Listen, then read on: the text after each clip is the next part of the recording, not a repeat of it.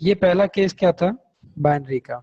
इसमें अगर कंफ्यूजन हो रहा हो तो ये केवल एक स्ट्रिंग मात्र है, ठीक है। यहाँ से लेकर यहाँ तक जो लिखा गया है ये केवल स्ट्रिंग है, ताकि आउटपुट सही से समझ में आ जाए। अदरवाइज जैसे सेकंड केस में मैं यहाँ पर डायरेक्ट लिखता हूँ 0, और इस बार मैं ऑक्टल नंबर सिस्टम में कन्वर्ट करना चाहता हूँ।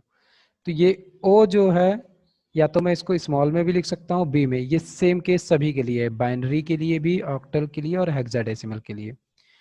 तो अब पता है ऑक्टल जो होता है वो मैक्सिमम 0 से लेकर 7 तक होता है। तो मैं इसके बीच में कोई भी नंबर लिखूंगा, इसको तकलीफ नहीं होने वाली है। मैं अभी अगर इसको रन भी करूंगा तो मुझे इसका आउटपुट मिल जाएगा। ये मुझे आउटपुट मिल गया कि इस ऑक्टल नंबर का डेसिमल में कन्वर्जन हो चुका है। लेकिन मैं जैसे ही 7 के ऊपर ले जाऊंगा, तुरंत एक तो मुझे एडिटर ने दे दिया एरर, इतने में ही दिया है, और लिख दिया इनवैलिड सिंटैक्स। और इसको मैं अगर रन भी करूंगा तब भी क्या मिलेगा मुझे यहाँ पर, वही same to same error, invalid digit 9 in octal literal. क्योंकि इसका बेस जो होता है, इसकी लिमिटेशन है कि 0 से लेकर 7 तक। तो ये तो केस हुआ ऑक्टल के लिए। तो यहाँ पर इसको थोड़ा और अच्छे से आउटपुट को देखने के लिए हम लिख सकते हैं कि ऑक्टल टू डेसिमल। इसी तरीके से जो लास्ट है हम उसमें भी कन्वर्जन कर सकते हैं। लास्ट तरीका है हमारा हेक्साडेसिमल, और हेक्साडेसिमल के लिए हम यूज करते हैं एक्स का। तो एक्स लिखा, और एक्स लिखने के साथ में हमको पता है कि हम मैक्सिमम 9 नंबर के बाद में ए टू एफ तक जाते हैं, क्योंकि हेक्साडेसिमल 0 टू 15 तक होता है। तो यहाँ पर मैं कोई भी नंबर भी लिख सकता हूँ और उसके साथ में ए एफ डी, ठीक है, ये भी लिख सकता हूँ। ओके, यहाँ पे थोड़ी सी गलती कर दी मैंने, हेक्सा टू डेसिमल ये हमने दिया, और ये है एक्चुअल कन्वर्जन, और यहाँ पे 0। अब इसको हम जब कन्वर्ट करने के लिए रन करेंगे तो ये हमें दे देगा आउटपुट। मिल गया, हेक्साडेसिमल से डेसिमल में नंबर कन्वर्ट हो गया। इसी तरीके से अगर हम बात करें पाइथन में, तो पाइथन में फ्लोट जो कि हमें डेसिमल देता है, उसके अलावा पाइथन के अंदर ही हमको अलग से एक लाइब्रेरी मिलती है स्पेशली डेसिमल नंबर के लिए, कि जिसके थ्रू हम डेसिमल नंबर को अलग से देख सकते हैं। इसके लिए हमें करना क्या पड़ता है, बस हमें यूज करना पड़ता है डेसिमल लाइब्रेरी का। तो अभी थोड़ी देर पहले ही रैंडम लाइब्रेरी को हमने जिस तरीके से इंपोर्ट किया था, वैसे ही अब हम इंपोर्ट करेंगे डेसिमल को। ठीक, डेसिमल को हमने इंपोर्ट कर लिया। तो डेसिमल को इंपोर्ट करने के बाद में, लेकिन ये सब कुछ करने से पहले सवाल ये है कि जब हमारे पास फ्लोट नंबर है तो ये अलग से डेसिमल की ज़रूरत क्यों है। तो इसका एक बहुत बड़ा रीज़न है कि हमको इसकी ज़रूरत क्यों पड़ रही है। सिंपली मान लो कि मैं यहाँ पर नॉर्मल डेसिमल डेसिमल नंबर, इसको मैं यहाँ पे प्रिंट करूँ, और यहाँ पर नॉर्मल डेसिमल, और इसके बाद में नॉर्मल डेसिमल का मतलब क्या है, अगर हम यहाँ पर लें 0.1 को, और इसको मैं अगर यहाँ पर आउटपुट कराता हूँ तो मुझे क्या मिलने वाला है, सीधे वो लिख कर दे देगा 0.1। मिल गया 0.1। लेकिन यही सेम चीज अगर हम डेसिमल का यूज करके करेंगे, दैट मीन्स कि डेसिमल लाइब्रेरी का यूज करके, तो देखना अभी क्या फर्क आता है। यूजिंग डेसिमल लाइब्रेरी, अब इस केस में अगर हम इसी सेम 0.1 को डेसिमल के थ्रू यूज करेंगे तो यहाँ पे मैं प्रिंट का यूज करते हैं और प्रिंट का यूज करने के बाद में यूजिंग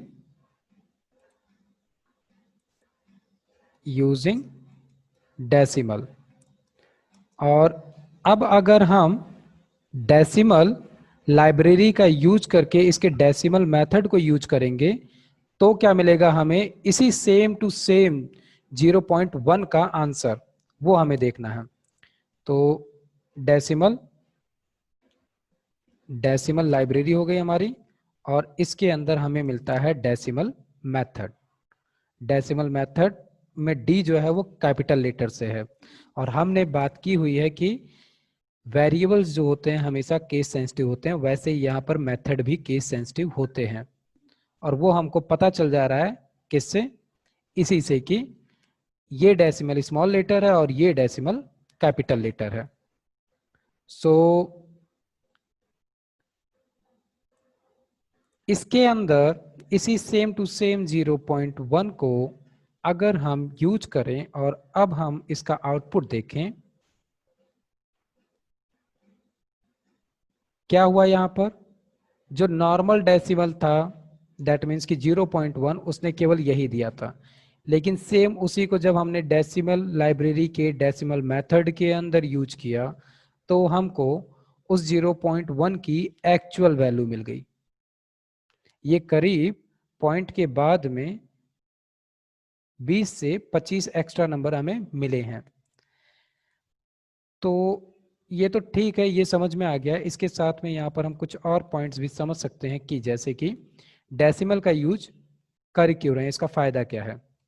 इसका use means decimal library use करने का रीजन, इसके लिए हम कुछ पॉइंट्स लिख सकते हैं कि जैसे अभी हमने यहाँ पर देखा कि डेसिमल यूज करने से हमें एक्चुअल पॉइंट के बाद की वैल्यू हमें मिलती है। उसके अलावा कुछ और फायदे हैं कि जब हमें फाइनेंशियल रिजल्ट निकालना हो तो डेसिमल लिब सही है, क्योंकि ऐसे केस में पॉइंट के बाद में की जो डिजिट होती है वो बहुत इंपॉर्टेंट होती है। तो हम डेसिमल के बाद के किसी भी पॉइंट को छोड़ नहीं सकते हैं एग्जैक्ट कैलकुलेशन के लिए, तो वहां पर ये डेसिमल लाइब्रेरी बेस्ट फिट बैठेगा रेदर देन फ्लोट के। इसके अलावा अगर हम इसके अलावा बात करें कि ये डेसिमल सिस्टम और क्या कर सकता है, तो जब कभी भी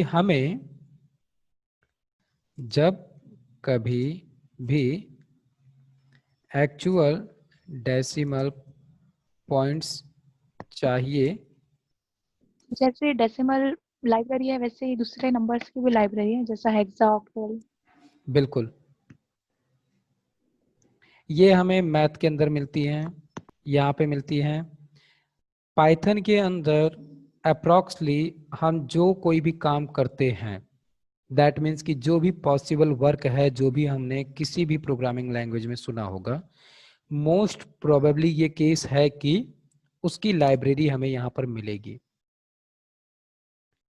पाइथन के आसान होने का यही एक रीजन है कि यहाँ पे हमें हर एक चीज के लिए लाइब्रेरी मिलती है। अब जैसे फ्लोट का जो केस है, ये फ्लोट की जो पावर और कैपेसिटी है ये बाकी सारी लैंग्वेजेस में भी वही है, लेकिन ये रिक्वायरमेंट और ये प्रॉब्लम आई, और खास कर करके जब हम बात करते हैं साइंटिफिक मैथमेटिकल कैलकुलेशन की, तो वहां पर हर एक पॉइंट बहुत इंपॉर्टेंट होता है। जैसे कि आप लोगों ने सुना होगा कि पाई की एग्जैक्ट वैल्यू जो है वो असंख्यों में जाती है, इसके बाद में पाई की एग्जैक्ट वैल्यू हमें मिलती है।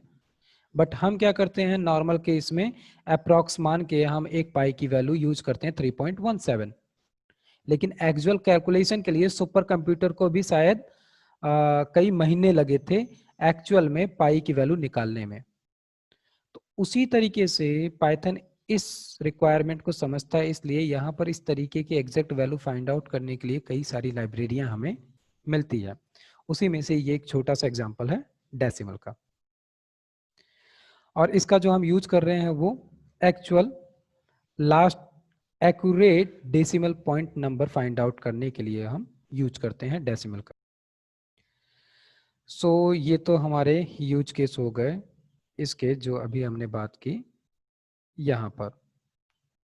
इसके अलावा पाइथन के अंदर हमें मैथ की अलग से लाइब्रेरी मिलती है। अब इतना तो समझ में आ गया होगा कि लाइब्रेरी हम कैसे इंपोर्ट कर रहे हैं। तो और अच्छी बात क्या है कि यहाँ पर इनके नाम भी कोई अलग नहीं है। जो नाम है, जैसे मैथ है तो मैथ ही लिखेंगे, रैंडम था तो रैंडम ही लिखे, डेसिमल था तो डेसिमल ही लिखे। तो इसलिए ना याद करने के लिए हमें ज़्यादा जोर लगाने की ज़रूरत भी नहीं है। सो अगर हमें इंपोर्ट करना है इस समय मैथ को, तो हमने मैथ को इंपोर्ट कर लिया। अब मैथ को हमने इंपोर्ट किया तो मैथ को इंपोर्ट करने के साथ में यहाँ पर मैथ से रिलेटेड जितने भी काम करने हों, जैसे कि सबसे पहला हम बात कर लेते हैं पाई नंबर की। तो प्रिंट, और प्रिंट के अंदर न्यू लाइन के साथ में पाई की वैल्यू हमें चेक करनी है। तो क्या करना है, मैथ हमारी लाइब्रेरी, इसके बाद में डॉट, डॉट के बाद में इस पूरी लिस्ट में आपको दिख रहा होगा कि कितने सारे मैथ से रिलेटेड मेथड्स हैं।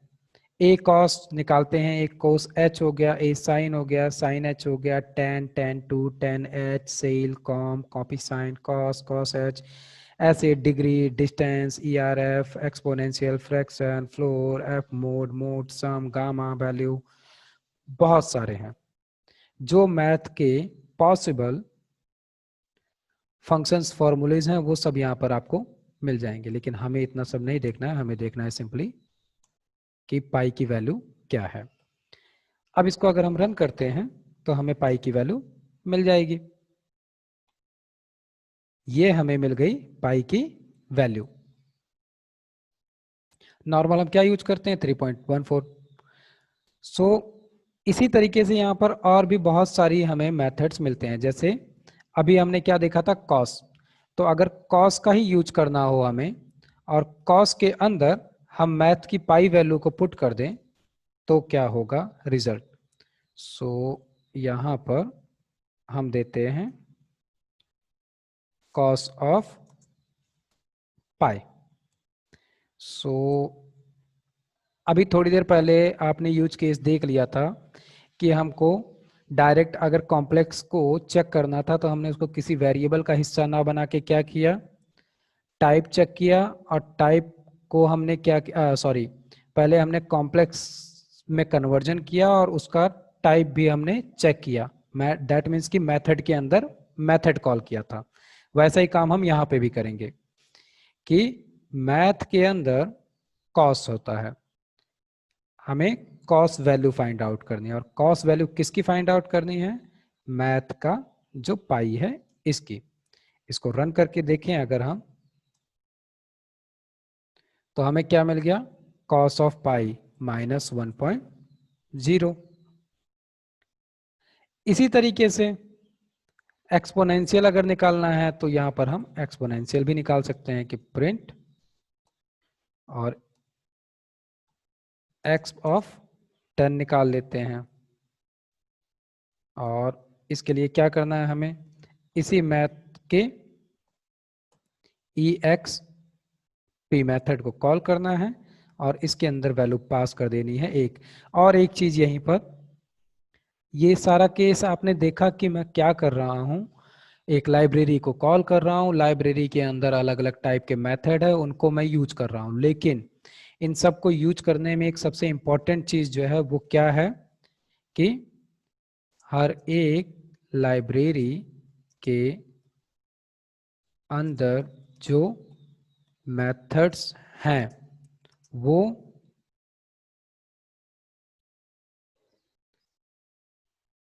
Specific number of arguments accept करते हैं। ये जो नंबर ऑफ आर्ग्यूमेंट एक्सेप्ट करते हैं ये हमें जानना बहुत जरूरी है। जैसे कि इसी EXP की अगर बात की जाए तो ये EXP जो है ये एक्चुअल में कितने नंबर ऑफ आर्ग्यूमेंट को रिसीव कर रहा है। सो अगर मैं यहाँ पर लिखूं तो अभी के केस में ठीक है, EXP एंड ये आ गया सजेशन। सजेशन में इसने क्या लिखा कि EXP जो है वो एक आर्ग्यूमेंट x को, इसको केवल एक सिंगल आर्ग्यूमेंट चाहिए है। तो सिंगल आर्ग्यूमेंट में मैं कुछ भी लिख सकता हूं, मैंने 10 लिख दिया।